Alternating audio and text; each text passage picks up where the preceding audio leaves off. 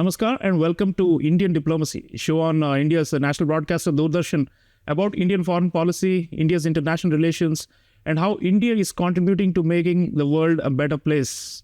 Viewers, in this episode, we are taking a close look at India's soft power. The proposition in this show is that India is actually a superpower when it comes to soft power. Soft power is the power of attraction and admiration, like and respect. This comes out of inherent cultural and other attributes and also contemporary actions and conduct. So we are arguing that India is a soft power superpower. How is it so?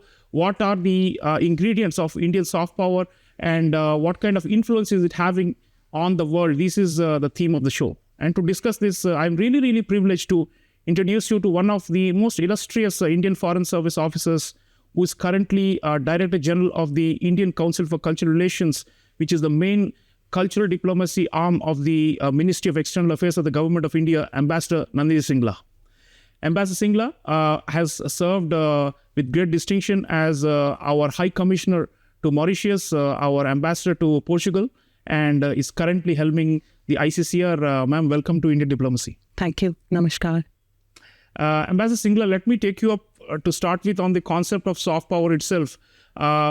In today's heightened, conflict-prone and geopolitically very fraught moment, many people are of the view that, hard power, as in military coercion and economic might, is all that matters, and that soft power is, insignificant or irrelevant. There are a lot of people, especially the ones who believe in what we call like a realpolitik or a, Marktpolitik kind of view of the world, and they would say that, this is just talk and it doesn't really matter.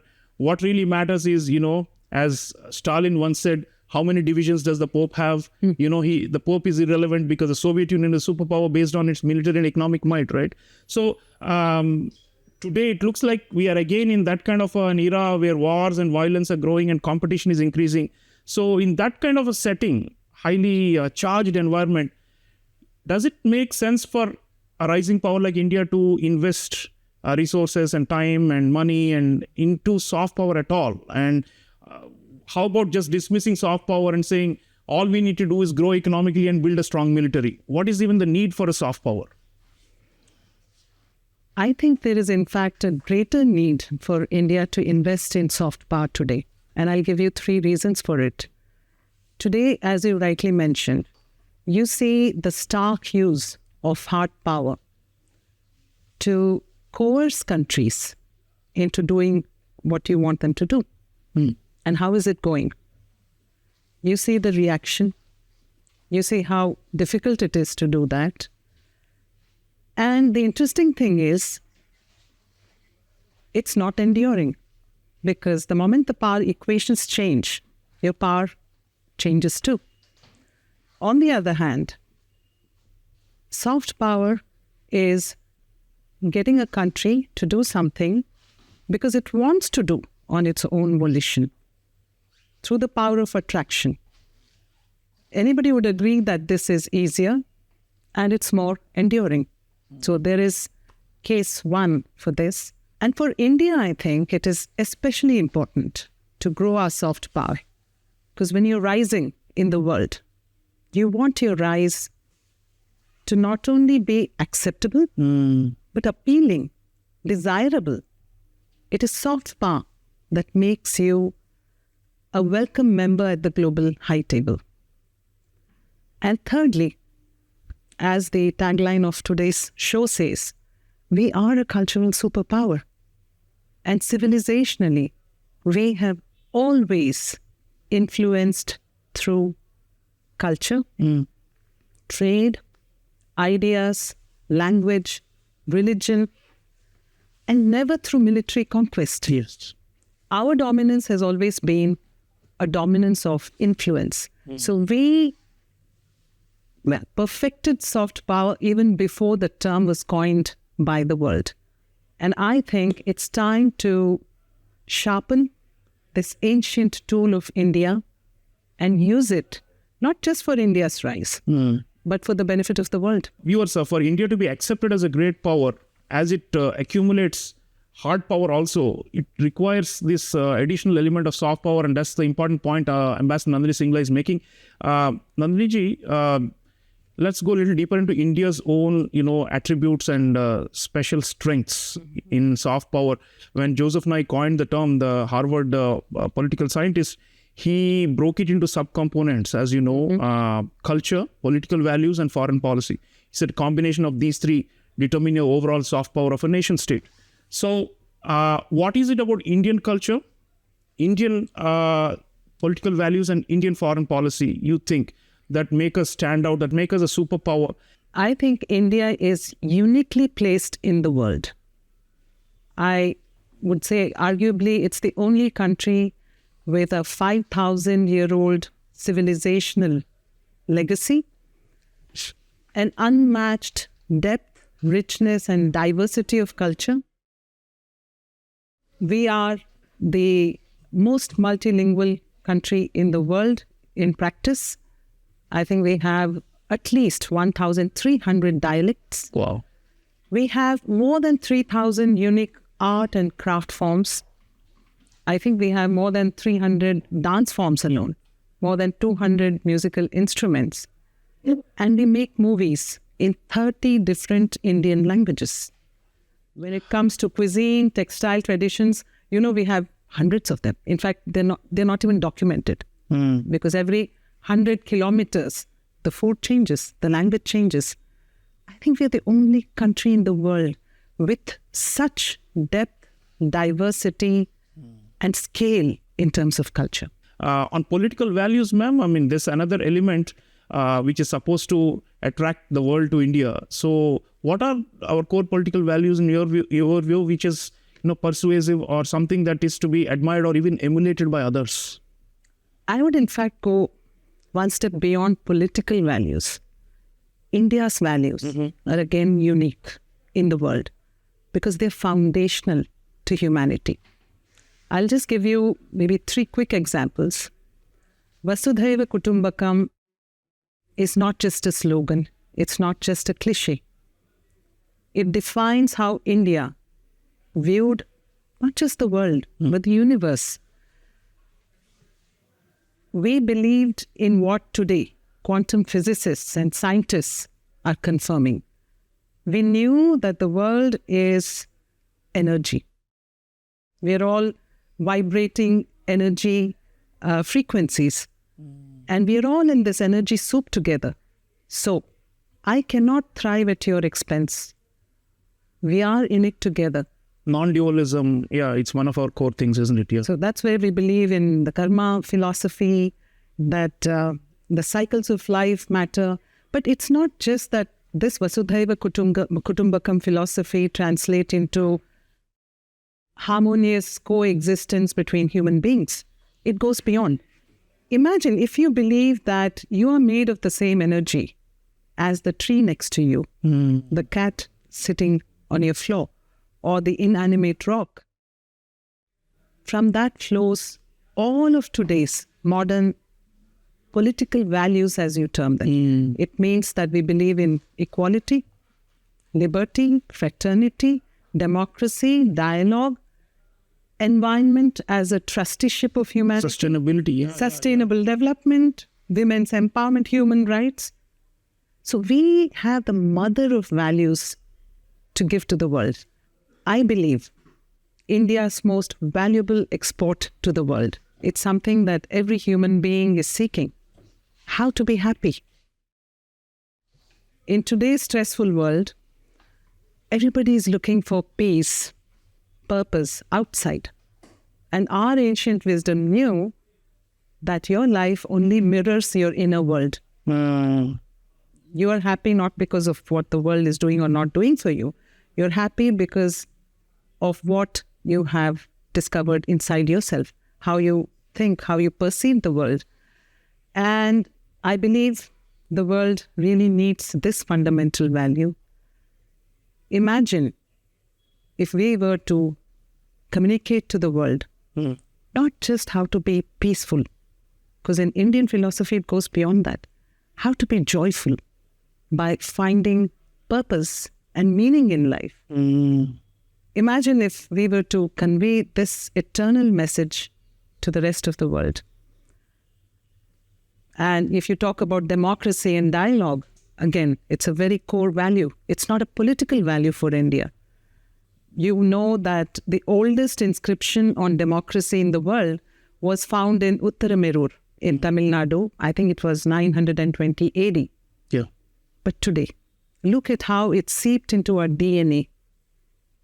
A millennia later, you are not just the world's largest democracy. You are not just the country where the number of voters is more than the combined population of 27 countries of the European Union and many other countries. Yeah, it's more than 700 million voters. Yeah, voters. And the population of the EU is like 450 million, I think. So there is another 200 million. No. It's not just that.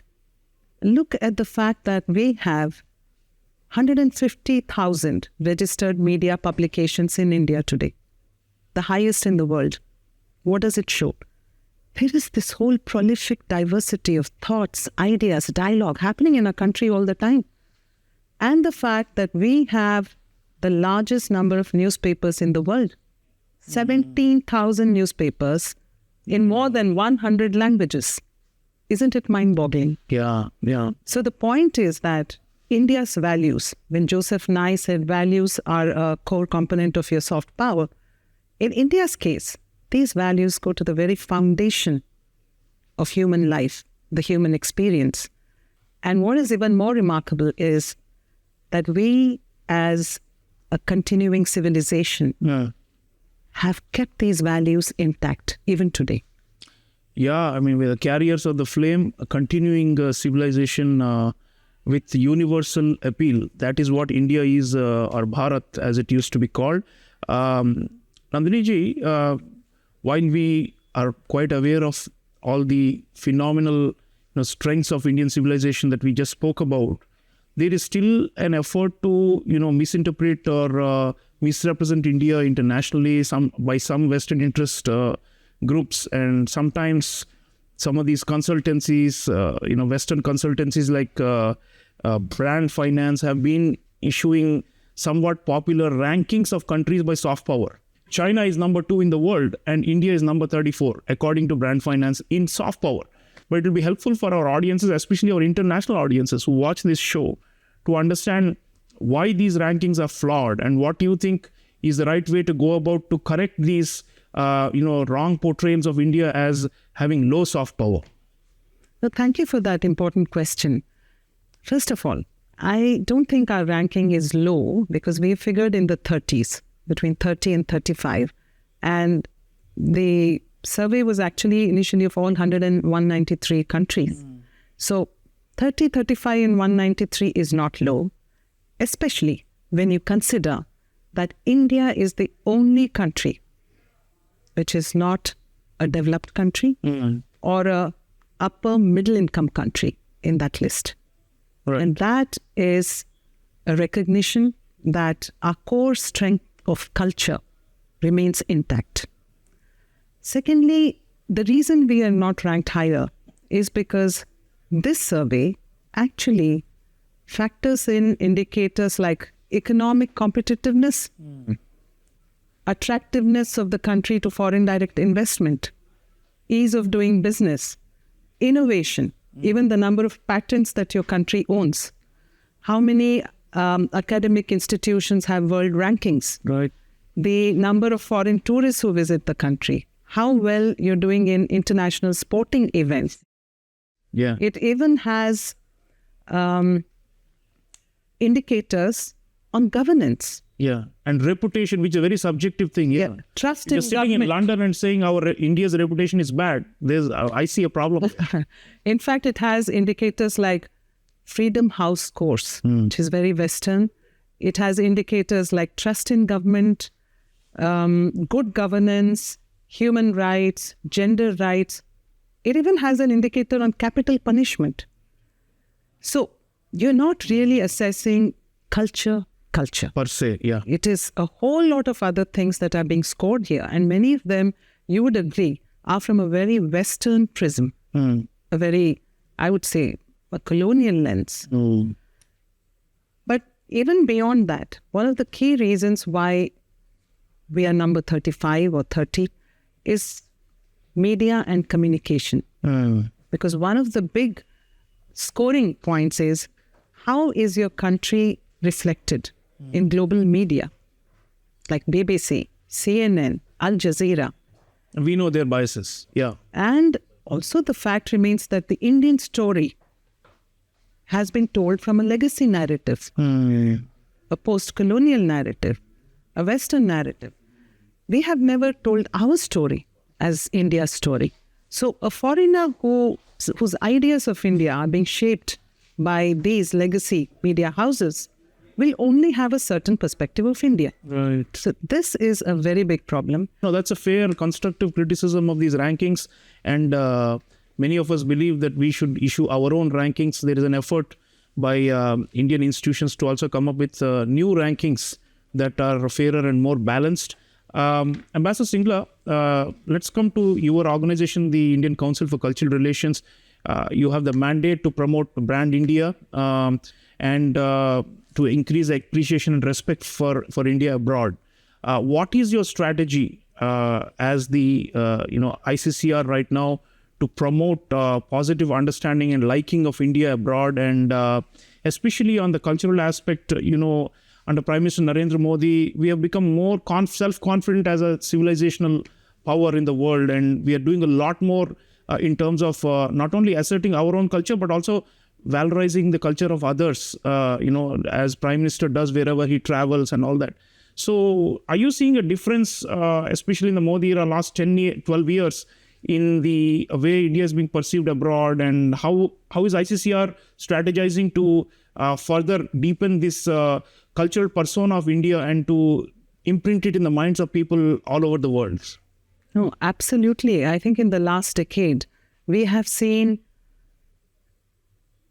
the people of India reclaiming a sense of pride in our civilizational heritage. We have seen a more authentic, a more confident assertion of India as Bharat. And I think this is self-evident both in India and abroad, even amongst the diaspora, the Indian diaspora. We have the largest diaspora in the world. Now, this has not happened just on its own. Our Honorable Prime Minister says, Vikas or Virasat. And there has been so much done to actually preserve our ancient heritage sites, promote our pilgrimage sites, build museums. There are so many tribal museums today that didn't exist earlier. We have the world's biggest Yugin museum coming up, showcasing 5,000 years of Indian history. We have the National Maritime Heritage Complex in Lothal, the site of the world's oldest port. We are promoting the One District, One Product initiative. There's so many things that are being done, digitization of manuscripts, for example. And this has certainly positioned India very differently from where it was 10 years ago. And I think the biggest success story of India's soft power has been the International Day of Yoga. Of course. The way our Prime Minister took it to the UN, you'd be happy to hear that last year on 21st June, ICCR anchored more than 2,000 yoga events in more than 200 locations across the world. And as our External Affairs Minister said at the 75th anniversary celebrations of ICCR last year, the political and economic rebalancing that is underway in the world is setting the stage for cultural rebalancing. ICCR is trying to build this narrative of brand India, comprehensive narrative, in partnership, in a PPP mode, in partnership with various stakeholders, especially people who are promoting India already in foreign countries, local organizations, diaspora members.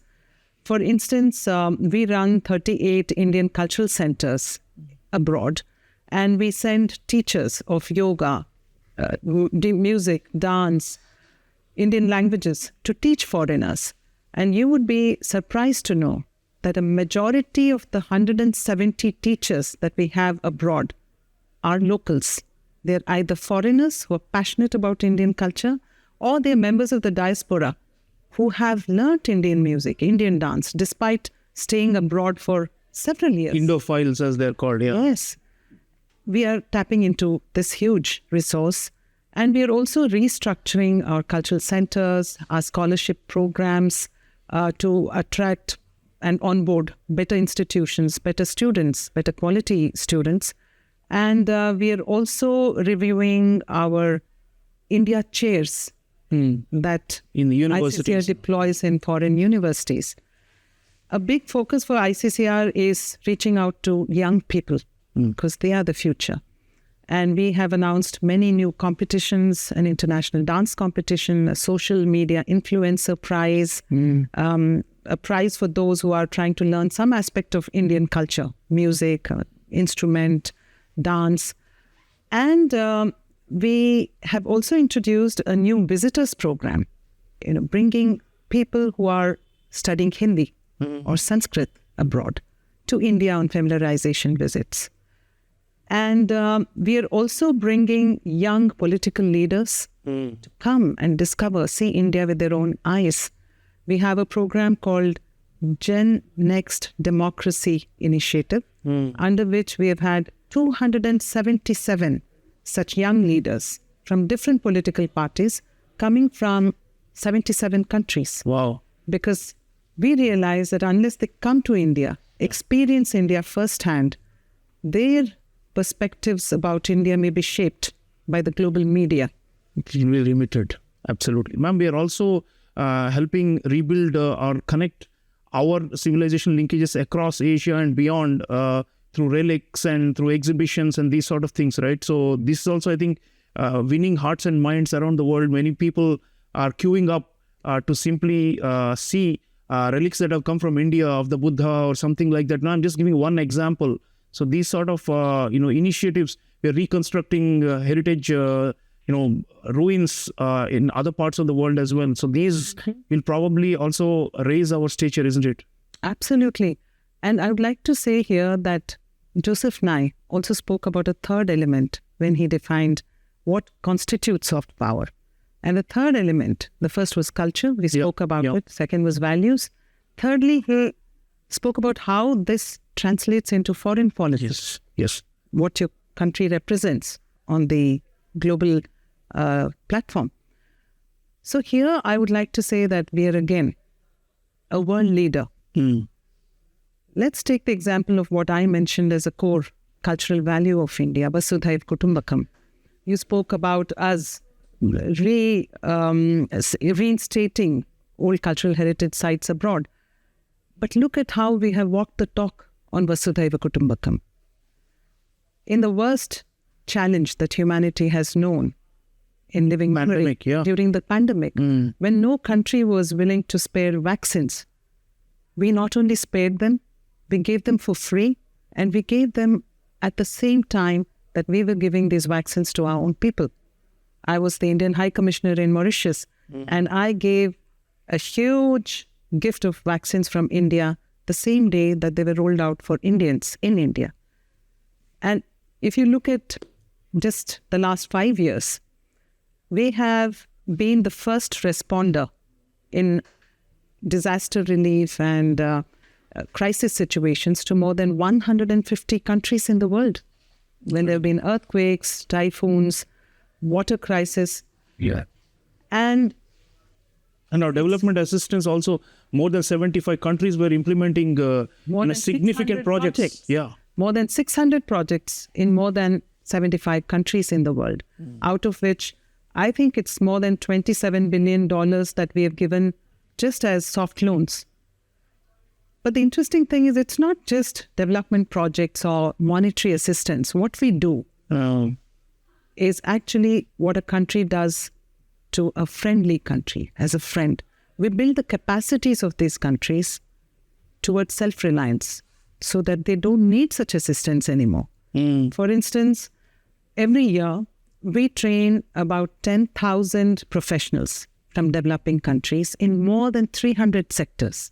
we give more than 4,000 scholarships every year to foreign students, and 90% of these scholarships are for developing country students. Ma'am, last word. So the government is doing a lot, and we spoke about the public sector. But, we have so many things: media, entertainment, think tanks, academia, corporate houses, NGOs, spiritual organizations. A lot of them in the non-governmental sector, our private sector, it's booming, it's growing. Our business community is also very influential worldwide now. What is their responsibility when it comes to making sure that India remains this soft power, superpower, or even grows even bigger in the imagination of the world, I'm very happy you asked this question, because developing a country's soft power cannot be done just by the government. You need a creative sector, a creative economy that brings all this together on a global scale. So that includes art, museums, literature, architecture, design, but also food, festivals, our films, Netflix shows, and very, very importantly, developing products, technology products, luxury products. It could even be our one district, one product products that penetrate the daily lives of foreigners in different countries. That's how they come to know your country. And in our case, it could even be wellness products. It could be even services like Ayurvedic massages or yoga, meditation practices, spirituality. Today, if you look at the thousands of people who turn up when our spiritual gurus go abroad, you will realize there is such a hankering for their pravachans, the wisdom that they impart. So we have to onboard all players from the private sector, think tanks, because literature festivals, a Davos-like forum for India, all these are soft power projections. Right, viewers. So public-private partnership is always critical when it comes to a great national endeavor like sustaining and enhancing soft power. The sum of the discussion with Ambassador Nandini Singla is that, India is a great civilization with many, many attractive qualities. But it needs to be packaged in today's competitive world. State as well as private actors have to strive to make sure these are understood and appreciated worldwide. And that is the ongoing effort.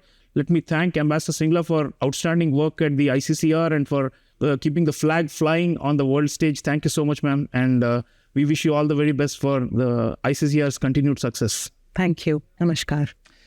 So viewers, soft power of India is work in progress, but it's also a great inherited legacy going back millennia. So the combination of historical legacy and contemporary actions and conduct, that is what is going to take us forward. We cannot take anything for granted. It is a competitive world out there, but India is climbing up in the imagination and in the respect of the international community. And that's the big message we want to send out. And for those who haven't experienced India, Indian culture, Indian diplomacy, and Indian values, we welcome you all to read more and to come to our country, and to seeing is believing, So please make this a point, because India is transforming, but it's also age-old. And this combination is what makes it so special. So thank you for watching, and I'll see you again next time. Until then, take care.